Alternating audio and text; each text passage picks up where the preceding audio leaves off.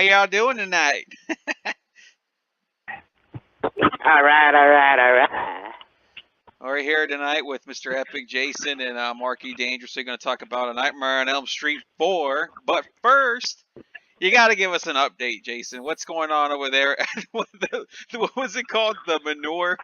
What did you call it? The residue at the manure. I don't know why, dude. It just got funnier and funnier after I heard that shit. Well, I can say it funnier. The residue at the manure. The residue at the Christopher J thought that was hilarious, dude. He thought that was the funniest thing you'd ever said and shit. The residue at the... Oh my god, dude. So, what's been going on with the tenants over there, Jason? Everyone's dying to know. Actually relatively quiet. Me and my father finally went to the housing authority to talk to them, and they, to set them straight. And so basically, anytime they have a problem, they would have to call my parents, because we're now looking. We're in the beginning stages of finding a new place to live. Oh, okay. So they're gonna, your old man's taking care of business for you, right? Yep, he is. Hey, Mark, what are you doing? There's a problem, dude. When there's a problem with what? With tenants, Just fucking what I do. They hassle me, dude. I just like when they're not there, I go and fuck with the breakers outside so their electricity's not working, something like that. I thought you said, I thought you were gonna say if you ever have a problem, take a Mentos. No, dude. No, he takes. I fuck with their breakers. Mentos, the douche maker. The breakers and what else, dude? Well, dude, once your fucking power starts going in and out, dude, you're fucked. You're like, well, we're getting out of here. I can't get anybody over there to fix it. We're gonna get out of here. And you start peeing on their seat. Yep. Oh, classic. And the go-to, well, down here in South Texas, dude, the go-to move is you fuck with the AC, dude. Once it gets to 103, dude, that's it, dude. You're fucked. Yeah, you're fucked through your AC's not working. Yeah. So I fuck with them, dude. Nicole, Lewis Black, if you're ever in a hot place and it's too hot, where you're stopping in the middle of the street and you think to yourself, you know what? I should have put deodorant on my balls. Oh my god.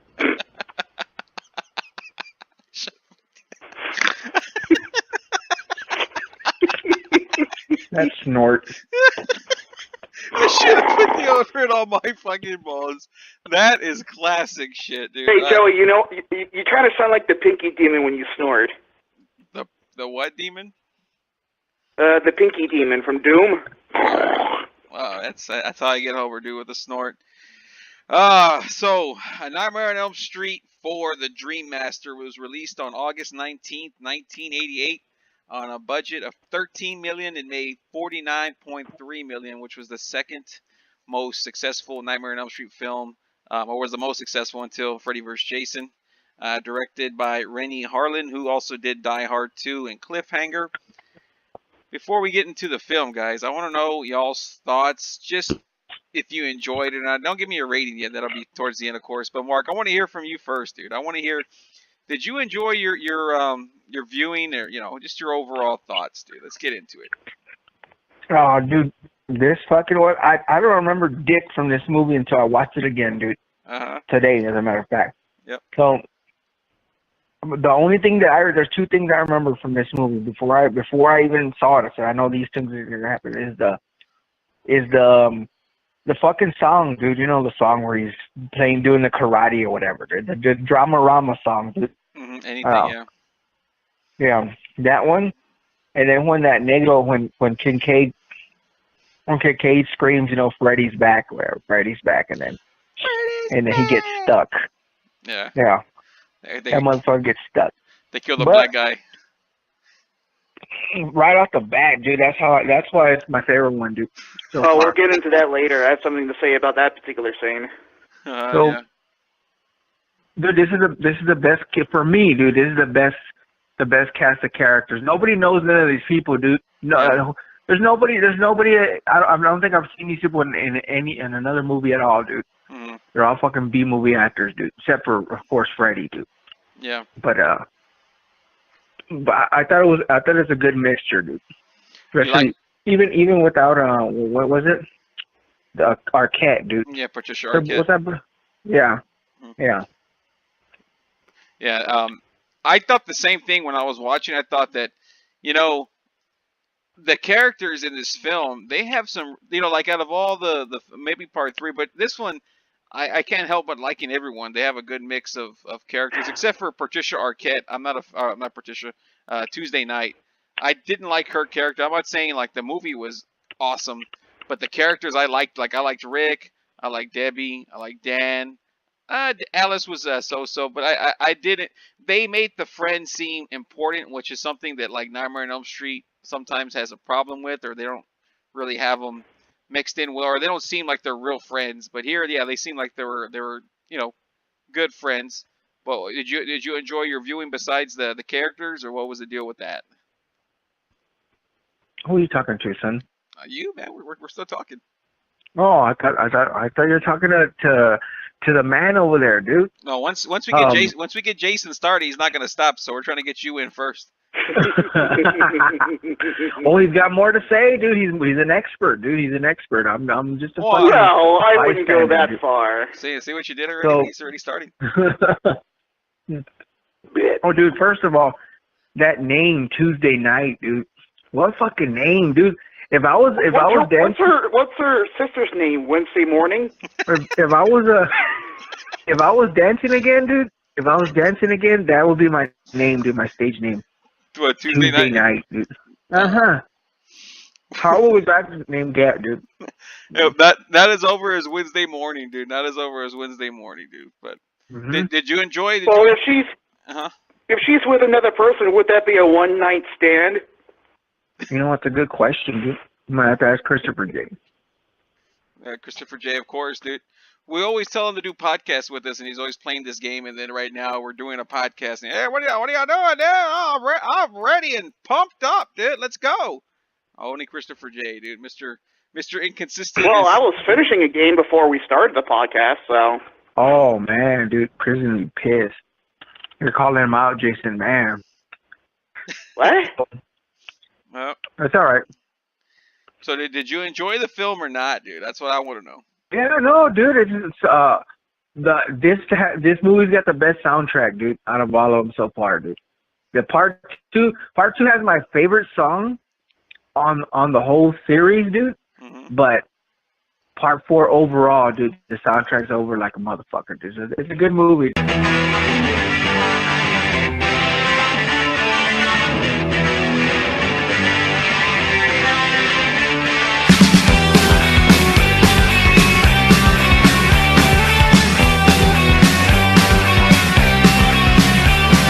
Kincaid died. Remember part 3 I was telling you I fucking hate Kincaid, dude? Yeah. So he dies right away. I was like, oh man, dude, this is my favorite one already, dude. I don't even have to see none of the rest of the movie. All right, Jason, let's hear how did you enjoy this film, dude? How did you what are your overall thoughts before we dig real deep into this motherfucker? Well, it's the best movie that MTV has ever made. Mm-hmm. I mean, yeah, we all know about the MTV thing. I have a love-hate relationship with this movie. I do think it is the beginning of the downward in quality, but I do overall really I still like it quite a lot. Yeah, I have to agree as well. It has a pretty cool soundtrack, especially the song at the end credits, which I actually tried to suggest to Joey to use it for like the beginning intro of our podcast, which was "Are You Ready for Freddy" by the Fat Boys. Is that on this one, or is that on Freddy 5? Because on this one, when it ends, it's a it's on Freddy 4. It's on Elm Street 4 because Elm Street 5 is the one with the cringy rap. Oh, well, this one as soon as it ends, it's that coming on na na na na na na. Is it after that song? Yeah, it's after that because I didn't listen to that one yet. You know how I mentioned in the first one about the song that starts with Freddy, Freddy, Freddy, Freddy, Yeah. Freddy. Yeah. Yeah, that's it. I do think that overall the visuals are really good. I remember, like, when I first saw it, there was one scene that creeped me out as a kid. So you have a love and hate relationship. All right, but yeah, let's get into the music since everyone's brought it up already, man. What's your favorite song, Mark? Is it that Dramarama one or what?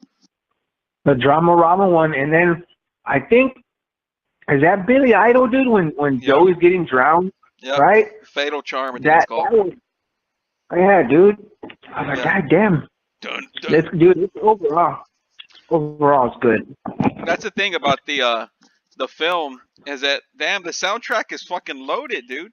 They got Dramarama. We said 1,000 times. Tuesday Night sings a song, the intro song, "Running from This Nightmare," which is awesome as hell. They got the Billy Idol song. They got that what's her name, Sinead O'Connor, that Chris's favorite song, and the Fat Boys song.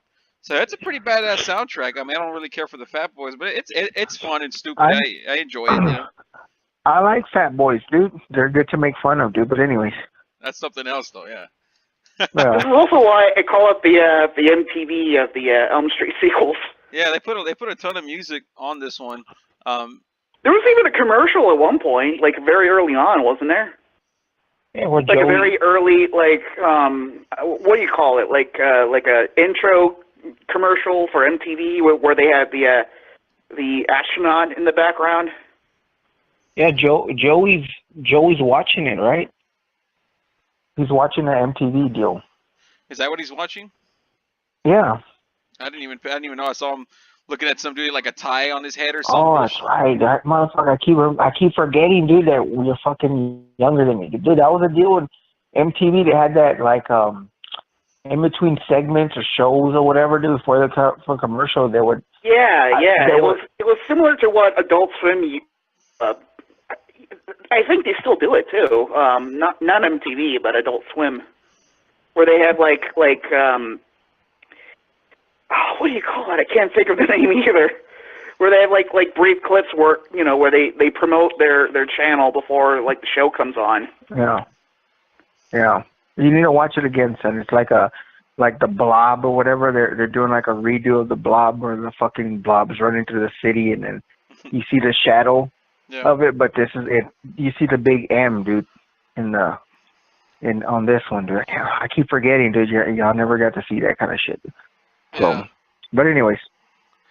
But the intro, man, it's the thing I noticed about this film, or at least for myself, is that it started off pretty good and it was okay, and then it just got a little bit overdone, a little over, it just kind of got dumber and dumber for me. I thought it had some really cool parts, and towards the end, like, I'll save it for the end to see what I'm talking about. But the intro I really enjoyed. They start off with a cool song, and Tuesday, or what's her fucking name? Not Tuesday, the character. Alice? Alice. No. Oh, Kristen. Wait. Yeah. Christian. Yeah. Christian. Okay, so I'm like thinking of all these different names. So Christian sees a little girl like drawing on the cement like Freddy's house, and she removes her hand and it's Freddy there. I like that they put the house in this film a lot, dude. I don't think they've ever used it. I mean, besides of course the first one because they're fucking living in the motherfucker. Well, the second one too, but they don't make it the way it is in this one where it's like it's the gimmick is the house is getting itself over, dude, with all the like haunted house spooky shit. Did y'all enjoy that? Well, here's my question. Is Freddy moving his boiler room from wherever location it used to be into Nancy's house now? So they're sort of combining the two? Well, he kind of morphs in there, but I mean, she doesn't really walk down the stairs to the boiler room. She kind of just shows up.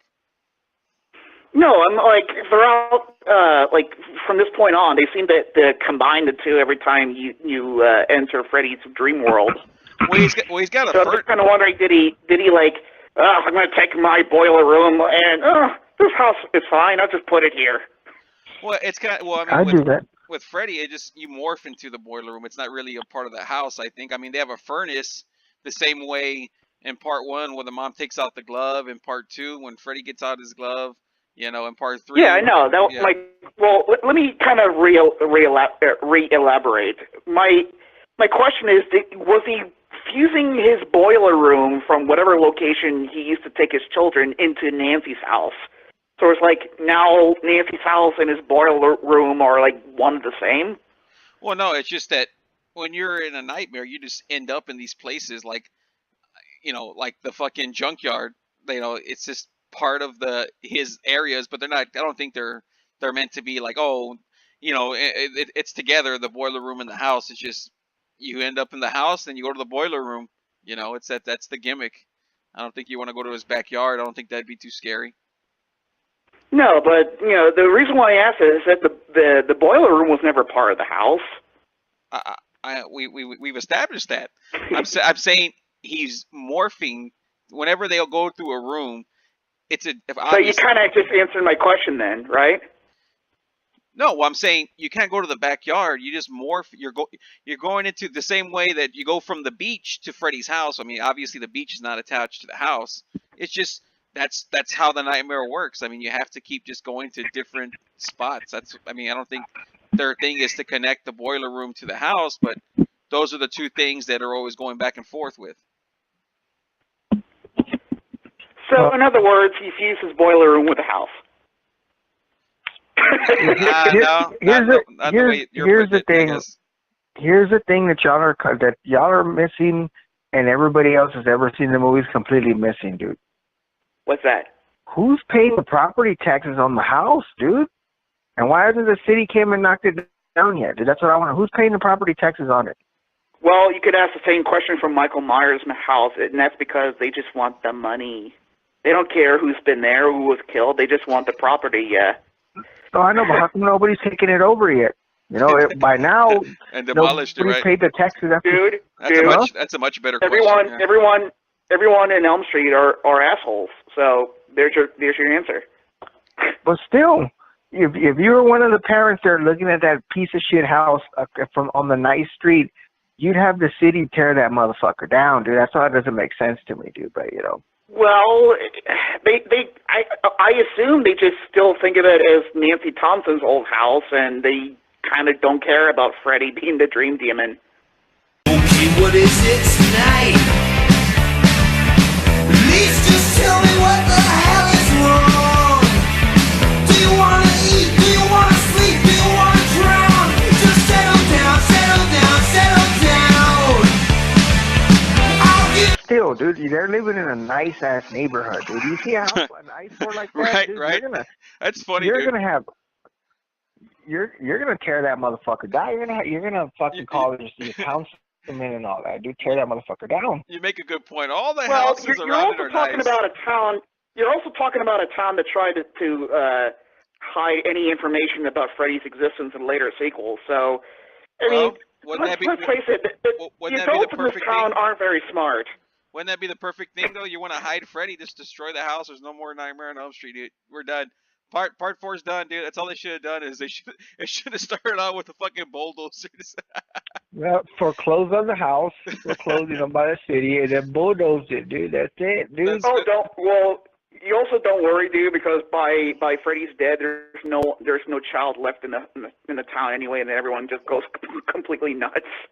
What they could have done is have that motherfucker move into a mobile home, dude. Like Hana mobile homes. Well, then Freddy could have just taken over the mobile home instead. So we have a mobile boiler home. Yeah, but any mobile home's scarier than that fucking house, dude. I don't know if you've ever been there. Any mobile scary, dude. Well, dude, you're also confusing Alabama, Florida with Illinois. It's not like they got to bulldoze a house down in the middle of a suburban neighborhood. Hey, you got no choice, dude, when it's that bad. Yeah. And the other question, actually this is for Jason, dude, is how big? Motherfucker, let me ask a question. Fuck. How big do you think Alice's dad's dick is, dude? That's what I want.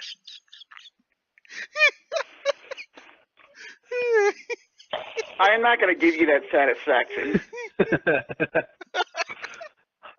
Hey, I'm just asking, dude. Just asking. Oh my Hey, god. Go ahead, we're Jason. getting off topic. It's about Nightmare on Elm Street. How are we getting off topic?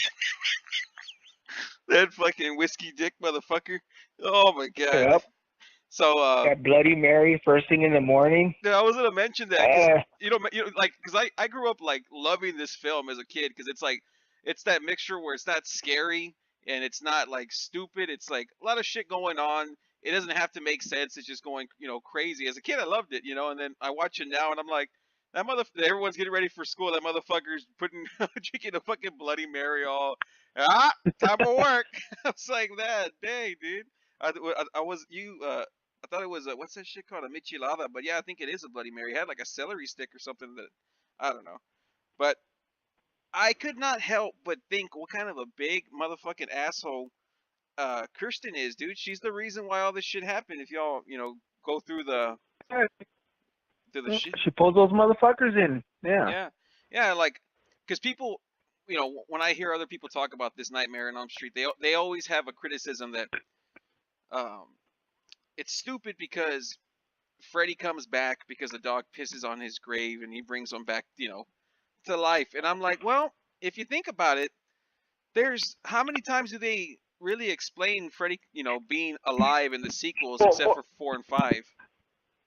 Well, Decker Shadow actually had a pretty good explanation that the dog was desecrating the corpse. Yeah. Because he was burying it with holy water, and so the dog basically desecrated the corpse, and so I guess that kind of cancels everything out. No, yeah, that makes perfect sense. But my whole thing is that people were always complaining like, oh, the dog pisses on him and he comes back to life. I'm like, well, part 2, he just shows up driving a bus and he's there. Part 3, he's just chasing down, Kirsten in the house without any explanation on why he's alive again. Part 5, they have that ridiculous birth scene. In 6, he's alive again. I'd rather be brought back by a dog pissing on me by fire. Yeah, I thought it was great because like the way I saw it was that she's bringing in Joey and Kincaid and they're like oh, Freddy's gone and this and that, and the dog gets pulled into the dream too because she's asking for Kincaid, and the dog's so freaked out that he's the one that brings back Freddy because now he's dreaming about fucking Freddy. So I thought it was great, and they're like, well, it was dumb that the dog pissed on the grave, and like you said, yeah, he ruined the whole burial, man. Pissing on a motherfucker's grave. Sounds like a guy I know that said he would. Let me ask you something, Jason. If a guy, say. Wait, before hold that thought for just a brief second. Let's see if you know this. What's the name of the dog? Jason. Oh, Jake. What? Jason. Yep. So how does it feel to be named after a dog, dude? Great. The dog that brought Freddy back, dude. Yeah, dude. Jason brought Freddy back. So Do you think that was a jab in the eye, dude, to Friday the 13th, dude, to name the dog Jason? Well, they were trying to get Freddy versus Jason made even in the 80s, so. Yeah. So yeah, it was a little nod, dude. They always got to get him over like that, but I mean, to be fair, Jason Goes to Hell gave the return nod at the end. Of course, but I have a question for you. Okay, serious question, dude. So let's just say you have this friend, dude. He says he doesn't. He said, okay, he's a good friend, right? So he says he has this problem with somebody that he hates him so much, dude. He hates him so much that when that person dies, he's gonna take a bucket. Mm-hmm. He's gonna take a bucket of piss and pour it on their grave. Mm-hmm. Do you think that's normal?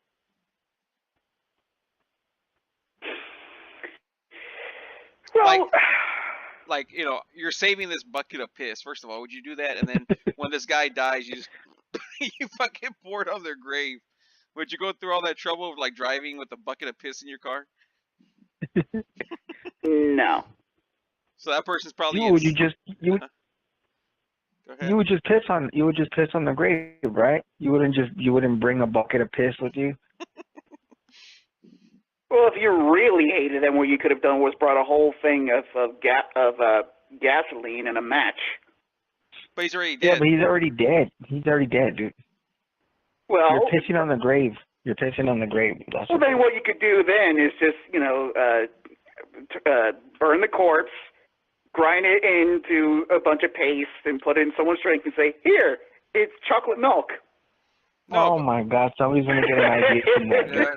No, but they're already dead. They're in the ground. They're long gone. There's no real point of digging them up because that's gonna take too long. You're gonna hurt your foot doing that one. So the thing is if you're gonna piss on somebody's grave, how would you do it? Would you just bring the bucket or just drink a shitload of beer and then just piss all over the grave? Well, here's the thing. I don't drink beer. I knew you were gonna say that. You just can't go along with Mineral. this alternate reality. Mineral water, Jason. Well, it's hard to think of like a hypothetical question to a situation that doesn't exist. So you're saying somebody like that's crazy, is what you're saying, right? Somebody really wouldn't do that, right? Well, you gotta be you gotta be incredibly insane to do something like that. Give you pills, give you anything you want. $100 bills. I'll even let you watch the shows you wanna see. Just marry me, marry me, marry me. So yeah, so Kincaid. How's it feel? Go ahead, dude. How's it feel to have normal friends? Fuck if I know. I was like, I wouldn't know, dude. I wouldn't know, dude. I think I'm Okay. So Kincaid, is there with Freddy, and he comes back at the junkyard, which I love that little scene, dude, or the cinematography there, and the look of the place. And his ass gets killed, dude. 20 minutes in or 19 minutes in, he's fucking dead, dude, real quick. But I like the whole build up, dude. So how do y'all like Kincaid's death and scene there? Satisfying. I gotta be honest. I wasn't a fan of him either. He just seemed like a token black character. Mark, how's your? You said it was already over, right? There's not much to add on that shit. Oh, dude, that's it, dude. That's it. What all Freddy did for me there, dude. He just fucking figuratively brought a bucket of piss, dude, and poured it right over Kincaid, dude. I'm murdering that motherfucker, dude. That's they should have just named the dog Chris, dude. And it would have got over, dude. Dude, this is one of my the way he kills him though, dude. Mm-hmm. He sticks him, but he does something different. I'm not mistaken from the other three, dude. He sticks him and then he moves the hand up, dude, to make sure he's really getting in there and causing some damage, dude. Yeah, I think he only does that. He only does that to Kincaid, dude. I think they got my message, dude. They're like, they kill that motherfucker. So they got your message 3 decades ago? Well, I watched the movie, dude, a long time ago, so. He was a fan before the movie came out, dude. So he told in part 3, he told him, "Hey, dude, I don't know why you let this guy live, dude." And they were like, "All right, dude, we hear you, dude. No big deal." And then right after that, Joey's got his scene where he gets tricked, I guess, with the model in his waterbed, and Freddy comes out and stabs his ass. That one, dude, I hate the fact that they killed Joey so quick too, because he's finally talking, and his ass shuts up really quick. It just seems like you have these characters, and they just so happen to survive, from part 3, and you kill them off in 20 minutes, dude. Are y'all okay with that, or are y'all fine, dude? As long as Kincaid's to be fair, Joey's powers, is rather inconsistent because in part 3. His dream power was that he screams and talks, but in the real world he was always quiet. So how do you explain him talking in the real world in the real world in this film? So apparently talking wasn't his dream power after all. Well, it awoken him to be able to use it in the real world. Here's the thing, dude. All the Joeys I know, dude, are inconsistent, anyway, so. Yeah, that's what it is, dude. That's part of their personality. All the Joeys I know, dude. Nope. But yeah, all the Joeys we know. Yep. even Jason, the same thing. He knows, dude. He knows. So here's the other thing, dude. Here's the other thing about Kincaid and Joey, dude. Are these fucking punks, dude? I thought they were like lunatics, dude. All of a sudden, they're just living in these fancy ass houses. Did you notice fucking Joey's Joey's fucking sound system, dude. Yeah. That's not some fucking What shit does you Joey keep in have to the... worry about? He sleeps in a waterbed. No, Like, how that's many what I'm- kids back then would, wish they would sleep in a waterbed? No, I know, that's my point, dude. That motherfucker has a sound system that you keep in the living room. This motherfucker's got it in his bedroom, dude. So how rich is Joey, dude? Because that's like a $5,000 a system today, dude. You know, they're like $2,000 back then. They should just call this rich white kids with problems. Hey, well, Kincaid was living in a fat-ass house, too. Did you see that room, dude? That wasn't no tiny room, dude. It got original hardwood floors. Dude, he was he was in a twin bed, though, dude. And Joey's got that queen size at least. Oh, And even dude. Kristen was living in a big mansion. Isn't that funny? Well, They put Kincaid's black ass in a twin size bed. That's fucked up, dude. They gave him the fucking little, look like a dorm, dude. Look like a dorm. It don't even look like a house, dude. And that's the funny thing is that these motherfuckers were all in the crazy house, dude, and everyone's fine. They're going to school now, dude. No problem, right? Yeah. And they're rich now, dude. Got it, dude. Yeah. No big deal. They're adopted rich, dude. You know what? Joey's mom was kind of hot, dude. I don't know if y'all noticed that, dude. Joey, what are you doing, Joey? She's all pissed off, dude. She's just living the good life, right? Picking up his shit.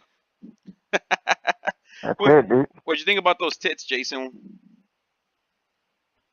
Now, we're not talking about Joey's, dude. We're talking about the moms, dude. The moms. The moms, Jason. Yeah. No, when you're talking about tits, I thought you were talking about the lady inside the wet bed. Yeah. Yeah, First of all, that's not a lady. That's a girl, dude. There's a huge difference, dude. Yeah. God damn it, Jason. Motherfucker. That's a girl, dude. That's a girl, not a lady. You don't look at ladies like that, dude. No way. And then we, after that kill scene, dude, we get to meet all the characters and Debbie, Sheila, and Dan and everyone, blah, blah, blah, in the fucking parking lot, and we see Debbie smash that. But before we move on, though, I gotta admit that this wet bed kill not as good as the blood volcano from part one. Mm-hmm. The whole thing, now that we're talking about the bed scene, going back to it, like the one-liners, dude. How's this for a wet dream? The whole fucking film, dude. The whole fucking film is Freddy having to throw that shit on there. It's puns. It's borderline Batman and Robin territory of like, come on. This is the one that changed it all, dude. Like part 5 is, I think, part 5 is their worst lines, but here it's like, it just declines. I mean, like I said, part 3, for better or worse, was the catalyst. No, I think this is that led to this. Because you can say part 2 does the same thing, but they were good lines. Dude, I love part 2, and then part 3, yeah, they were doing the same things a little bit, but here is where it's like, oh, okay, now you're doing it for fucking because when I go back to part 2, I love part 2. I was thinking the other day because I was doing a top 10 Freddy lines, and I'm like, man, I like a lot of the lines from part 2, and that's where he got his personality. Part 3 also, but this is the one where it's like, the motherfucker can't do anything without saying a fucking one-liner, dude. It's fucking ridiculous. Yeah. He can't do anything. He cannot do a fucking thing without doing a one-liner, dude. I wrote them all down. It's, fucking how's this for a wet dream? And you can check in, but you can't check out. The chick's working out. No pain, no gain. I mean, god dang, Freddy used to, Hell, why can't we just give Freddy an action film? He would get that pretty covered. Yeah, dude, he's like doing the Arnold lines for when he kills Sheila, you flunk. He fucking kills her. It goes, you flunk, the black chick. The black chick dies too. I mean, it's like the whole film, I'm going to draw some blood. I'm like, man, what the fuck, dude? He went from being... You gotta draw some blood. Dude, he went from being scary and in the shadows to just... He's got a joke, for everything, dude. It's fucking ridiculous. Rick, my little meatball. I'm like, oh my god, dude. What happened to Freddy, dude? This is where he got ridiculous. He went from being scary and intimidating to a clown. Yeah, he did, dude. He's like a buffoon, though, too. we'll just fucking go for a free for all because this film kind of just goes all over the place. He And then you give him 2 more sequels, and he becomes a full-fledged cartoon character.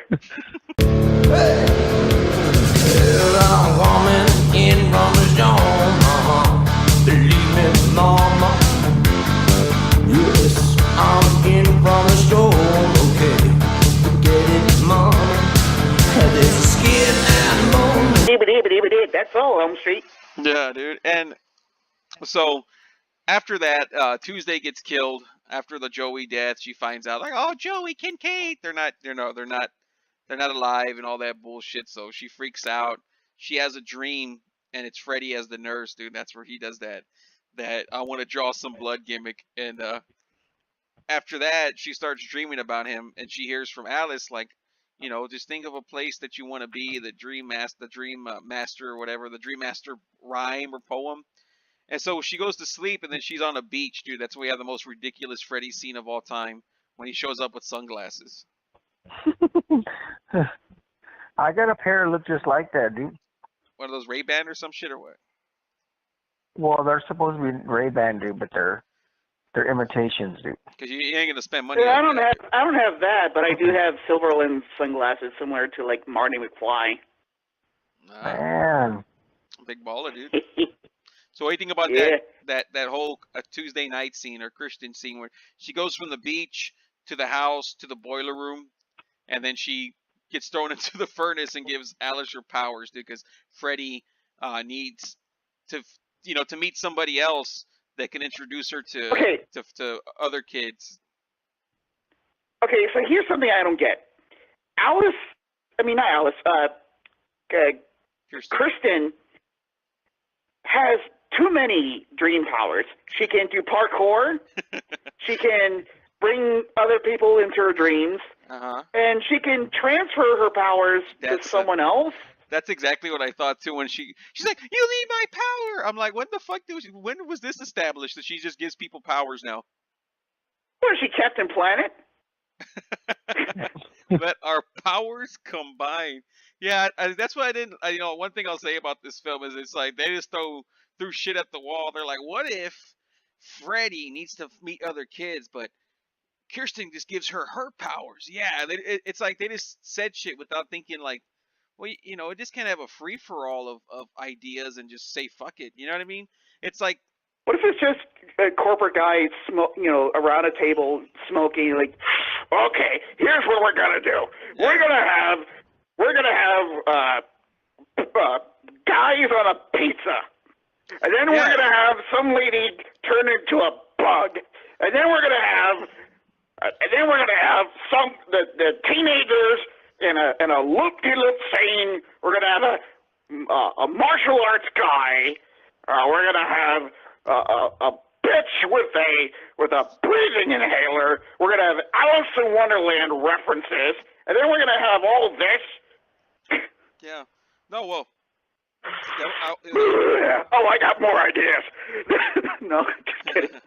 Well, they were saying that the director Renny Harlin had to come up with a lot of shit, on the spot, or just as they're filming, because that they didn't feel, Bob Shea and Rachel Talele, the producers or whatever, that they didn't feel they had a strong script. So like they were having him just make up shit and think of he came up with a lot of the dream sequences and shit.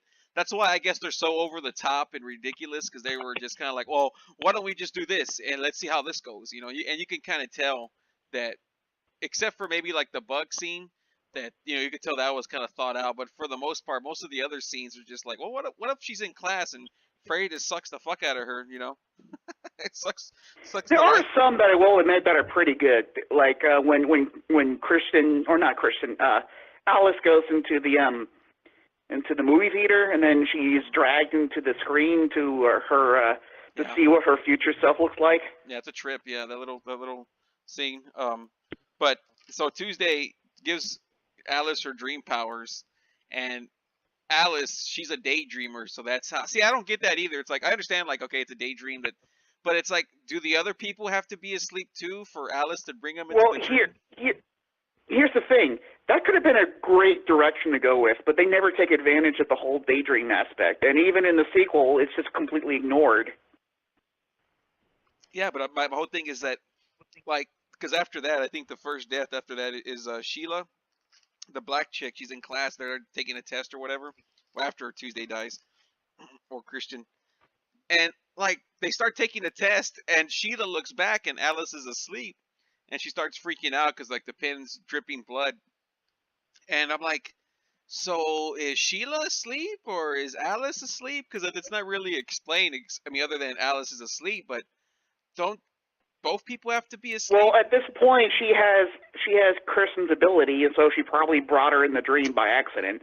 But you know, does she have to be asleep? I guess not, right? She just has to be. Alice can be asleep, but actually, that's yeah. You know what I'm saying?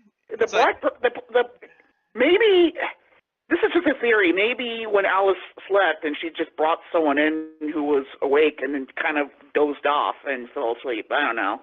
Well, yeah, that's what we're trying to add logic in a scene that has none. Yeah, that's because I never really thought about it, but I'm like, maybe if like if maybe it was the middle of the night, they're both sleeping, yeah, but it's like they're in school, Alice falls asleep and she brings this chick in, and all of a sudden this chick's having nightmares about fucking Freddy and dies, and that's it. I'm like, what the fuck is going on here? You know what I mean? It's a cool scene, you know, with that fucking robot hand coming out of the fucking desk. I thought that was, and like that like makes no sense either, because they don't like, I mean, what the fuck is that, like a robot? Because I guess she's into technology or some shit, and it went from suck to blow. Yeah.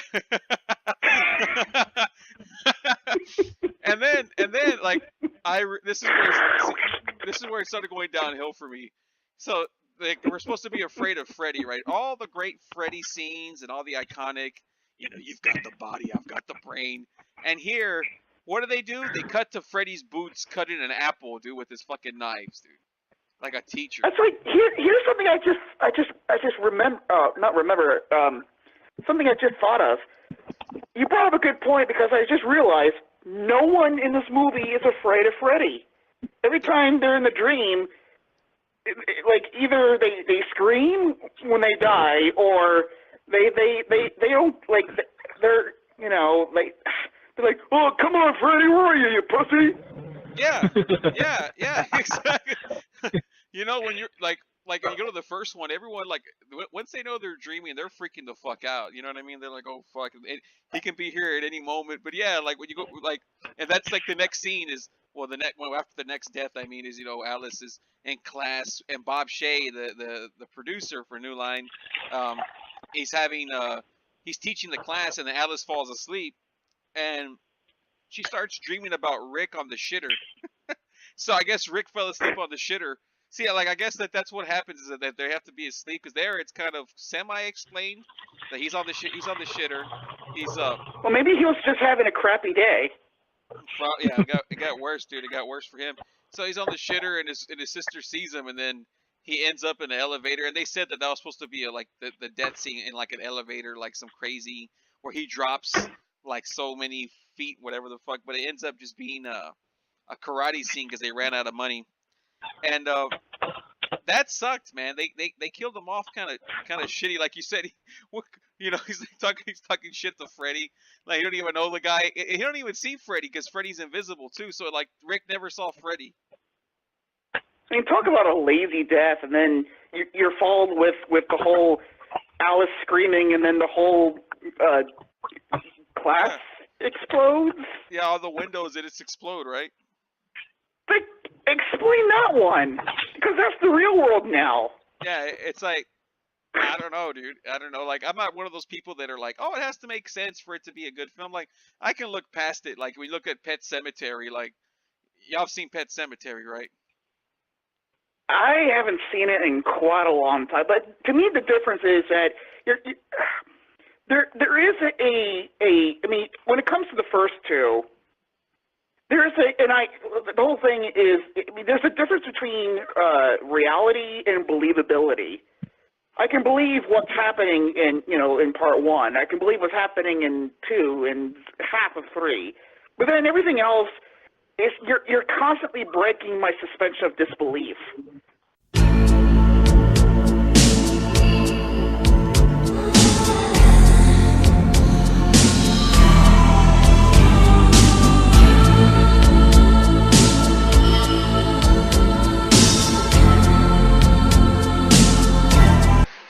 Yeah, it's just it's so over the top. Like and like obviously we can like you said we can suspend disbelief. Like part 3, I have no problem with Kirsten in a dream or a nightmare having a giant snake Freddy eater. That's fine, but when you don't when everyone's just is falling asleep and they're dreaming about Freddy and well they're not even falling asleep, it's just like all of a sudden Freddy has appeared and it's like okay what the fuck's going on, because you're like they're like meshing reality with like dreams or her daydreams or something. Exactly. That's exactly the point, because now you're like, well, wait a minute, why is this happening in this scene? It's like the rules of reality in the dream world are starting to fall apart. Yeah, like the after Rick's death, they say they want to hang out with her what's her face Debbie, and we'll go back to it, that whole theater scene, but Alice is with Rick, well not with Dan, her love interest there, and I guess she fell asleep, but Dan fell asleep too because they keep going in circles into the truck and then they drive and they're back at the restaurant. They drive. It's like, are they? I like that scene because they're like, wait, what are we doing? Oh crap, we're in a loop. Yeah, I mean it's disturbing, but it's like what the fuck? I mean, are they both asleep and why? How? And she's bringing them into the dream and it's just like what the fuck? See, like as the film went on, it started just like it's like oh, it don't have to make sense anymore. Fuck it, let's just have. But that scene in particular, I remember watching the Decker Shadow review of Part 4, and he said, "Wait, did my VCR or video, skip?" And I had that same reaction when I rented it. Like that scene happened. Like, what? Wait a minute, what the fuck? There was this guy. It's on the Skeleton Crew podcast, and this guy, his name's, believe it or not, dude, not Christopher J, but Michael J. And y'all have to check out their show, dude. Like Michael J is exactly like Christopher J. He's a little crazy, and he's funny as fuck. And he was talking about the same thing because he went to go see it at the theaters, and he goes, "Yeah, I remember seeing that." And I was kind of like, I kind of nudged my mom, and I was like, "Hey, Mom, I think something's wrong with the film." It was like kept on playing, and she goes, "Eat your popcorn, Mikey." Eat your popcorn, Mikey. We came to see the movie. Eat your popcorn, Mikey. Yeah, and so yeah, I thought that was. I mean, even though it doesn't make any fucking sense as we established, I like the scenes, and I guess that's what they were going for. It's like, well, fuck you, let's just have some trippy ass shit, and yeah, Alice starts dreaming about her in the as old Alice, and Freddy pops in. If the food don't kill you, the service will. He eats Rick as the meatball, dude. What the fuck? You know what that scene reminds me of? From Spawn. Yeah, I hate anchovies. Oh my god, we gotta do Spawn one of these days. But yeah, and then the hotel that's in the movie that Alice is watching in black and white is called the Craven, dude. Like for Wes Craven, dude. For those Wes Craven marks, dude. Yeah. Got it, dude. And where are we going here? And then Dan. Oh, that scene leads to the only scene in the entire Elm Street series that actually did creep me out as a kid, and that is the cockroach death. Oh yeah, I almost skipped that shit. Yeah, so yeah, they get into a wreck, or she freaks out. My god. Yeah, I thought that was the best death in the film, actually. Yeah. It was disturbing. It wasn't just how it wasn't just the death itself, but how it happened in layers. Her arms being cracked off, and then going through the hallway, and then her whole skin falling apart and turning into a cockroach, and then then being squished. The worst part was when she like falls like on her face or whatever, and it gets stuck. On that shit. And she's screaming. Yeah. Like it is like, oh my god, it's the only thing out of the whole series that actually creeped me out. Yeah, you know what? Because of how it's done, it's like, ugh. I agree with Jason. This is the for me it's the creepiest thing, dude. And you want to know? It's a little bit different than Jason, but you want to know why, son? Let's hear it, dude. Why? Well, because first of all, they build her up like she's this fucking incredible fitness enthusiast, dude. She don't have no body, dude. She's got no definition, first of all. Yeah. You know? Mhm. She's a little stick, dude. She's got no definition. She's got terrible form, dude. That's why Freddy fucking was able to crack her fucking elbows, dude. Yeah. Because she's holding the bar too narrow, dude. If she would have opened it a little bit wider, she would have been able to press him out and kick him in the head, dude. Yeah, dude. That's the thing. That's simple. That's simple. And they make, like you You know said. what? I just realized that 86 and 88 were the years where we see two people turn into bugs in the most disturbing way possible. Because 86 was The Fly. Yeah, that's right. The Fly was awesome, dude. And Oh yeah. and what was I gonna say? With Debbie, man, they do build her up because like when they're at the funeral, they're talking about everything.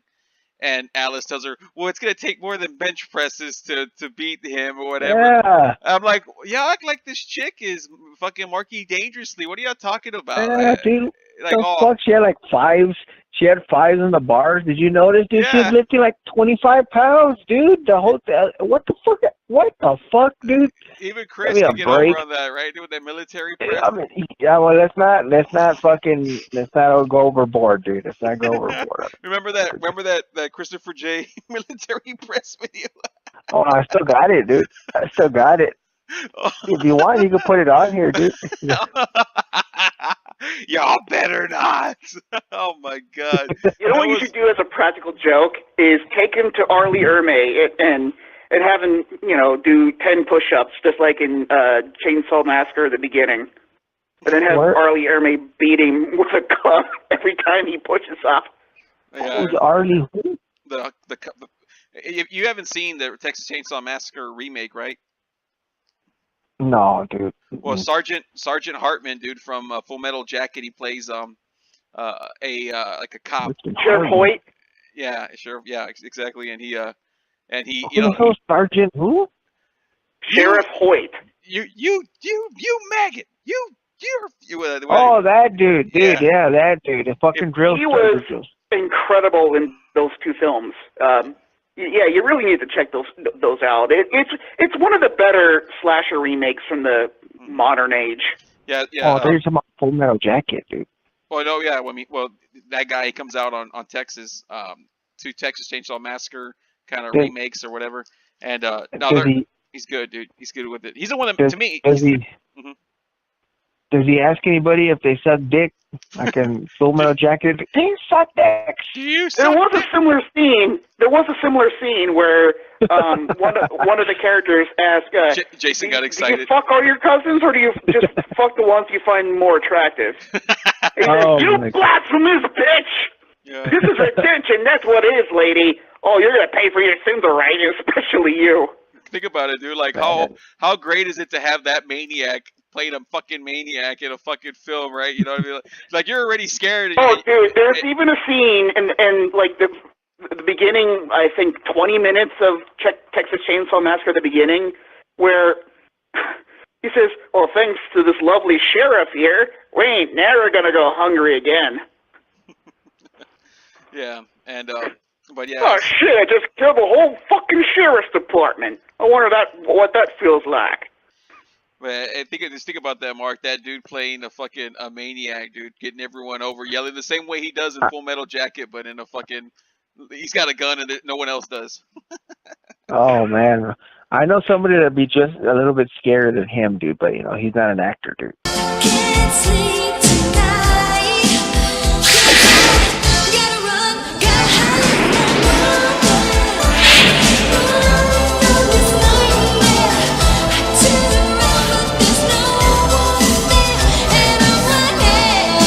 After the whole Debbie gets fucking crushed like a motherfucker scene, they get into a wreck and they all and for whatever reason, Dan is the one that goes to the hospital. Alice is fine, right? She doesn't have to go to the hospital. Dan's the one that's all fucked up. For whatever reason, and she had her she is seatbelt on, protected dude. by plot armor. Yeah, she had her seatbelt on too. Oh, that's what it was, dude. That's what it was. The plot armor. Yeah, so Dan gets taken out. It's pretty cool. They go into like that little circle spinning bullshit, And Alice, before she goes into the dream world or whatever, that badass song comes out. Down, down, down, down, down. I'm gonna put it on this motherfucker. She's putting on everyone's fucking like her brother's headband when he was working out the drama rama. Oh yeah. The fucking. Yeah. Oh wait, well, hold on. Let's add some context here. Every time one of her friends died, she obtained like their dream abilities. Yeah, I don't know how. Was that ever explained? No, because none of them actually do that. You know what I mean? The way Kirsten did it, she's the only one that actually said, "Here's my power." Everyone just fucking dies, and that's it. Well, the difference between Alice and Kristen, The only difference between the two characters, the only difference between the two characters was that Kristen understood what she was doing and had control of her powers. Yeah. Alice just did it by accident. What the hell were Joey's powers, dude, that she got? He's got a big dick, dude. That's it. Is that it? Or that he's a pervert? He's a pervert, dude. That's Which character? Joey. Joey? Who was that? Was that her brother? No, Joey, dude. The one that doesn't talk. But he talks. Oh. No, What was that question? Oh, yeah. I don't know. I guess, I don't know. I guess his only power was to talk and scream, so I don't know. I know somebody like that, dude. So, yeah, I mean, everyone just gives her powers without doing it, except for Tuesday. We'll call her Tuesday. It's easier. And, yeah, she starts putting on, like just pieces of stuff that they wore. Like, with Sheila, it's like some battery gimmick that she plugs into the wall later on. It's the proton... Yeah, the proton pack. The Ghostbusters gimmick, dude. Yeah, exactly that. And then Debbie's like spike wrist thing, and then Rick's headband. The gel. Yeah. The gel. The gel. She puts the gel on. Yeah, dude. And then is that it? Is that all who died? Yeah, Kincaid and Joey didn't give her shit. So she's that's only three friends, dude. That's only 3 friends or 4 friends, whatever. They gave her some powers, and that's it. And she, Wow, they must be really shitty friends. I will admit, dude, she looked like shit in the beginning of the film, but towards the end, like she got all dolled up and she looked a lot better. They got her over, dude. Yeah, they got her over. Yeah, her hair looks even like better, dude. Like, it looked all frizzy and like a weird red, and then it got dark red or something. I don't know. They got her over. Like hair mask, dude. That's what happens when you wear a hair mask.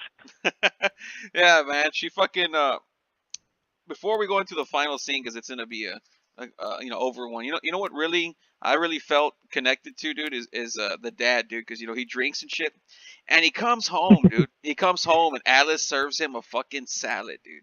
Can y'all believe that shit? No wonder that motherfucker's pissed. The thing about the father is that he's the only adult character within 2 movies that actually had an arc. Yeah. Where the next movie he's no longer drinking. He cleans up his act. We did it. We fucking did it! We have one adult character who isn't a piece of shit. So you're saying I have to stop drinking to get over on the podcast, dude? Yeah, that's what he say, dude. That's exactly what Jason said. I'm not gonna have an arc unless I stop drinking today. So you're gonna sit here, you're gonna trash me, Jason?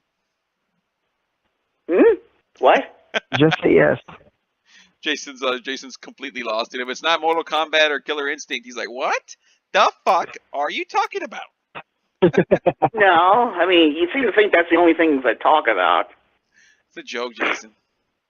But yeah, I know. Yeah, okay. And yeah, I know, motherfucker. I know, motherfucker. Let's see here So, yeah, I was like, man, no wonder the motherfucker's all pissed, dude. He's getting a salad. I know. So how would you feel, Jason? You come home from work or whatever, 10-hour day, like the dad says, and your daughter gives you a salad. Here you go. What am I, a rabbit? Well, then I would say, then order a fucking pizza.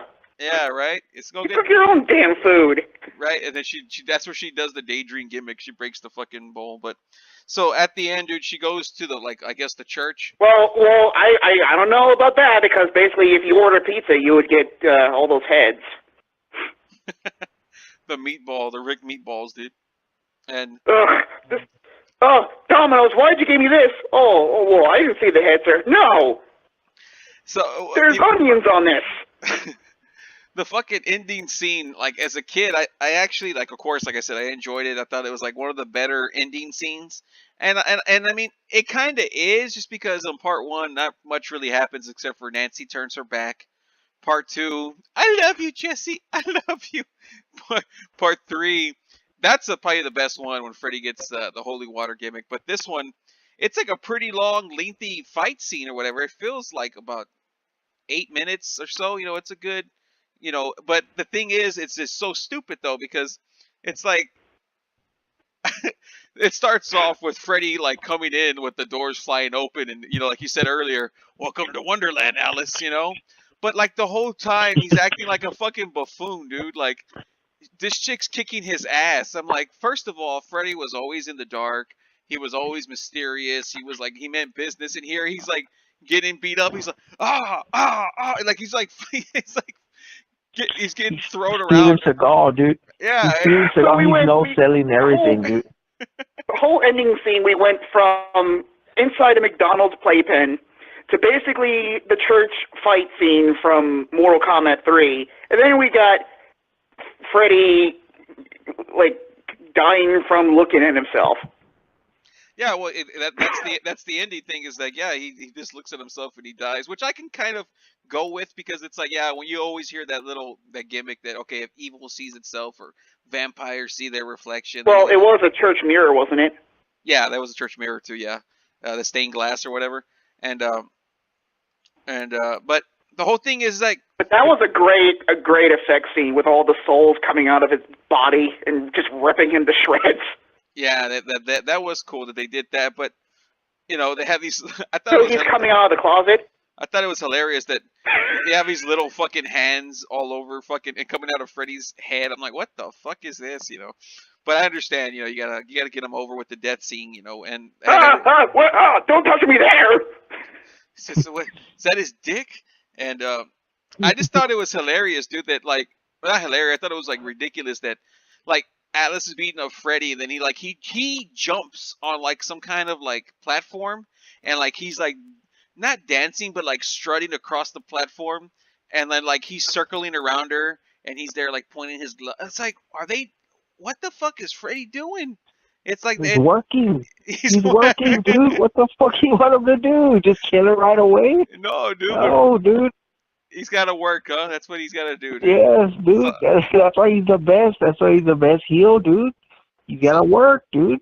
Do you agree with that, Jason? He's got to go ahead and do a little build up there and get over with the crowd before he dies, dude. Before he gets Alice over. Well, he wants to do a workout before he does his stuff. I mean, again, MTV Elm Street.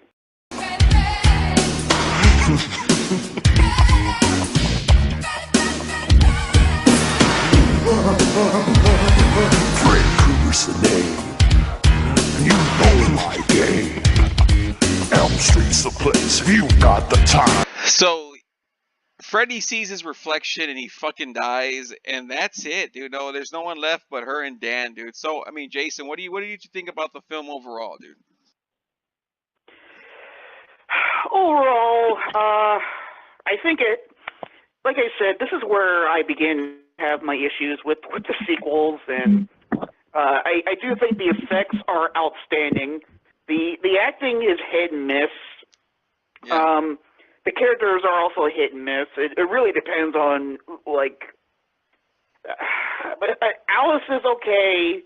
The dad is the only one of the adult characters that actually had an arc.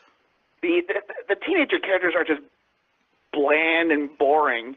The kills are predictable, but there are a few that are worth mentioning. It's like every good idea that they have like 5 bad ones. It's a mixed bag. I will admit, it's a pretty mixed bag. I do like the music. I do like the cinematography. It was kind of interesting going with the whole Alice in Wonderland thing, but again, I don't think they went too far with it, or the stuff that they could have done with it just seemed like wasted potential. Mm-hmm. I guess overall, I give it a like a 6.5 out of 10. It's funny you say that. I'm going to give it a 7 out of 10. While you were thinking, I was like, I'll give it like a 7 out of 10. And I think this film... Yeah, I would go 7 too, just to be safe. Yeah, it's interesting because it keeps you engaged. There's not really any dull moments, even though you're going to say like, oh, well, it doesn't make sense. And we say that obviously, right? But it's like, well, it's still entertaining. And, you know, and I still enjoy it. And I still like the dream sequences, you know, even though Rick dies in a shitty way, I think it's enjoyable still. It's something different. It's something that, you know, it's like, what the fuck, he's doing kung fu fighting Freddy, you know, even though it's ridiculous, it's like, you know, he's still enjoying it. If I was back in 1988 in the movie theater drinking beer or whatever, I would have been like, oh, that's cool. I wouldn't have put so much thought, oh, come on, kung fu Freddy, my fucking ass or whatever. No, it was fun. I think Rick was actually a likable character. No, I mean, you don't see too many like likable brothers, and especially in horror films, because normally it's like the bratty younger brother. Hello, baby. Yeah, when he Hello, baby. when he jumped off the roof like a jackass to avoid his dad, and he just ends up giving him a kiss. I'm like, this guy's a jackass, you know. And like, yeah, he's likable. And Mark had mentioned it earlier. It's like the cast is good together. You know, I think that's something that lacks in a lot of horror films now, is that you have all these characters, and like, no, you don't care for any of them. They're all like assholes. You don't like them. If they're overacting here, I like Rick. You know, Debbie, she's a little. They try to get her over, and she's like overdone, like that one chick from Saved by the Bell. I forgot her name, but she's still Tori. Yeah, Tori. yeah. She still fits along with these group of characters well, and you believe that they're friends. You know what I mean? You believe that they're friends with each other, and that's the thing. Alice, she's the quiet one, but she's with Rick, so Rick is the one that engages Alice with everyone else, and you got Dan, who's his friend, and then Dan, you know, and then Debbie likes him, and Sheila's there, and she gets along good with Debbie. So you believe that these people hang out with each other. You really do. It's not like some bullshit that you see in the other films or in some other Nightmare, Friday the 13th shit, like on the remakes or whatever. Like, I like the you know, of course we'll get into it, but whenever we get to it, but it's like you have like the new Friday the 13th film, and I thought like, man, these characters are shitty. Like, even these people that are supposed to be friends, you don't like them, and they don't feel like friends. Here, they feel like friends. So when they, you know, when you're watching it and they're dying, you're like, oh, you know, you're invested in it, you know. And but it's also the last time you actually care about a character in these sequels. yeah, exactly. We'll get into part 5. Yeah, that's where shit really completely falls apart. This was just a couple of cracks, but not bad, you know. But before you give your rating, there's one thing I would recommend is, this is the kind of movie that you really should watch on a Friday night. It's one of those like Friday night flicks. Friday night flicks, dude, with Jason. I like it, dude. That's a good name for something. We're gonna have to use that. It's like no one's ever used that name.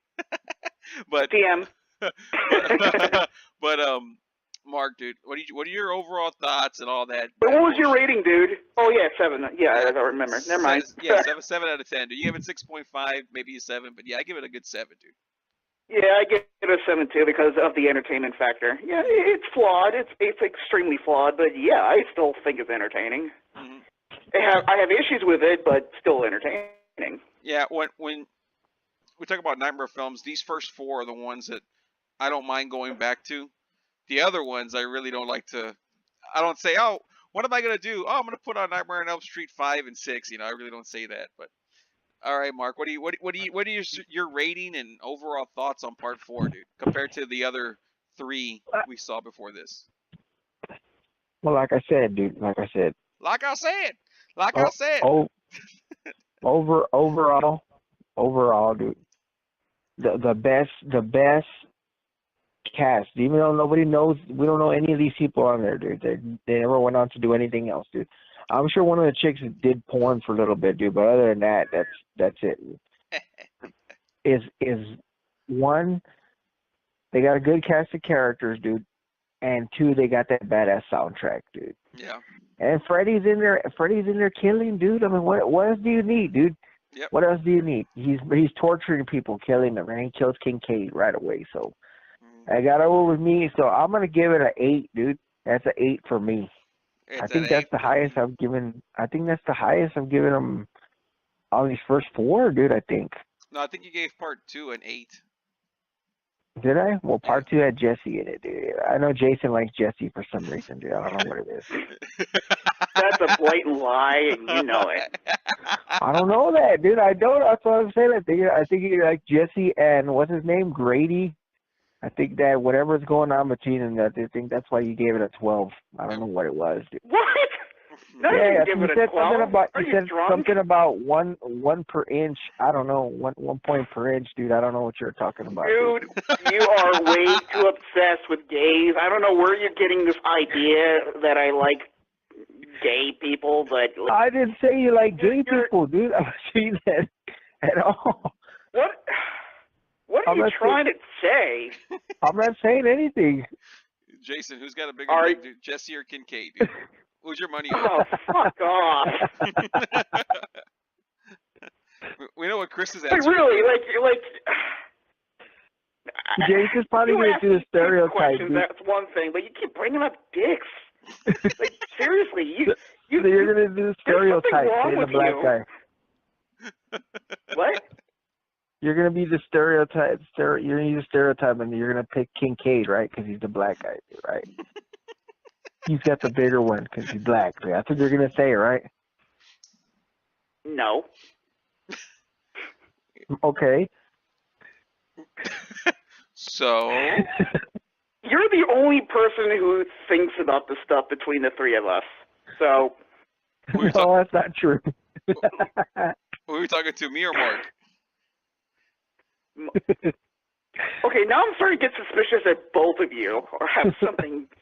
There's something going on between the two of you. I don't have nothing going on, dude. Joe does his own thing. I do my own thing, dude, with girls.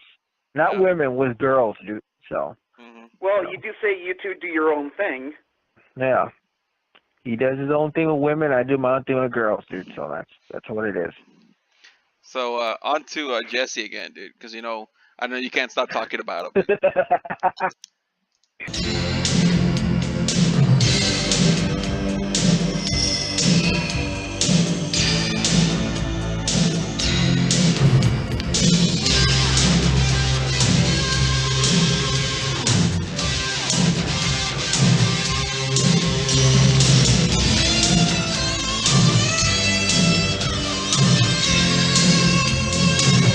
So, Jason, dude, let's be honest here, dude. Everyone wants to know, dude. Okay. Would this film been better if Patricia Arquette was in it? Probably not. I think it would have been the same situation with or without her. You think so? I really can't. I don't because you still have a script. I mean, it doesn't matter if you replace one actress with the other. You're still following the same story and the same cast of characters. And plus, this was the movie where Robert Englund actually got top billing. This is why whenever you see interviews with him, he said that his favorite part is New Nightmare. The fan favorite is part 3, but the one he enjoys working on the most as an actor was part 4. And we all know why, because he's got that dough. The payday. Yeah, he made a lot of money on that movie. Yeah, that's the one, dude. But to me, I thought it would have been. I enjoyed it, but I think it would have been a lot better with Patricia, just because. God, Tuesday is such a horrible actress, man. I mean, like in the beginning, she's supposed to be like freaked out, and she's backing up, you know, in the boiler room with Kincaid and Joey, and I'm just like, she sounds whiny, and she doesn't sound like she's really scared. She's like, he's coming back, and I'm like, man, and I'm watching, I'm like, man, this would have been so much better with Patricia Arquette, and She doesn't even smoke. yeah, Go back exactly. and look at that scene. Like, there's no smoke. There's nothing coming out of it. She don't like the cigarette for real, and she like pretends like she's puffing it in both scenes. Like there's one where she's on that like little in her room on that little by the window gimmick, and then but at the end outside of school or whatever, and back when I guess smoking was allowed in schools, dude. You know, not talking about smoking in the boys' room, but yeah, I just couldn't stand her. Like she just looks funny. Her hair looks like shit. You know, I just. right? I mean, compared to everyone else, like her hair just looks like, man, dude. She needs what's that shit called, Mark? Dude, A hair mask? hair mask, dude. She needs to do something Yeah. with their. Patricia Arquette, dude, hands down has the way better hair, dude. I think we can all agree on that, right? Well, what about instead of Patricia Arquette, what if we had David Arquette as Christian, dude? You don't think that would have worked better, dude? It would have been all right, dude. He would have He's been the more believable. WCW champion, dude. Oh my WCW champion. God! Like you would just have a wig on and pretending to No, be you a don't woman. need a fucking. You don't have to put a wig on him. Just call him Christian, dude. Like you don't know what he is.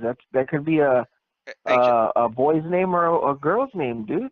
You know the Arquettes, right, Jason? I only know of the two. You know there's an Alexis Arquette. You know that one, right or no? That tranny or whatever. Yeah, I got a question for Jason, dude. Who's got the bigger dick, dude? David Arquette or Alexis Arquette, dude?